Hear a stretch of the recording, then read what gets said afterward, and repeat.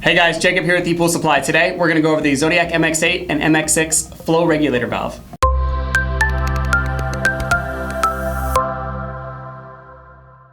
Alright, and we're back. So today we have the Zodiac MX8 flow regulator valve. So this little thing, it's kind of cool. It came out a few years back. Zodiac MX8s and MX6s had a flow issue if you put too much flow to the cleaner, and what it would do is blow through gearboxes pretty quickly. So they actually came out with this handy little device that actually goes right on top of your pool cleaner. So as you can see, it'll just clip right on.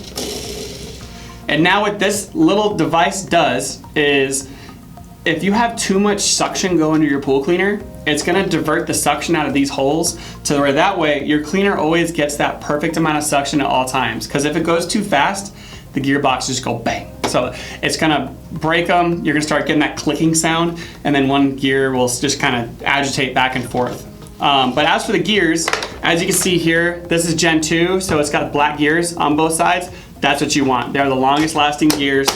But as for the flow regulator valve, it's real simple. Two little clips right on top of your cleaner, and then the pool hose just clips right on the top of the flow regulator valve. So nothing really changes. It is a super easy install.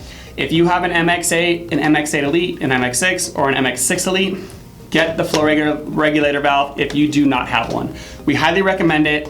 It's a it'll make the longevity of your cleaner, I should say, a lot longer. So it's an awesome little device, very easy to install. Thanks for watching.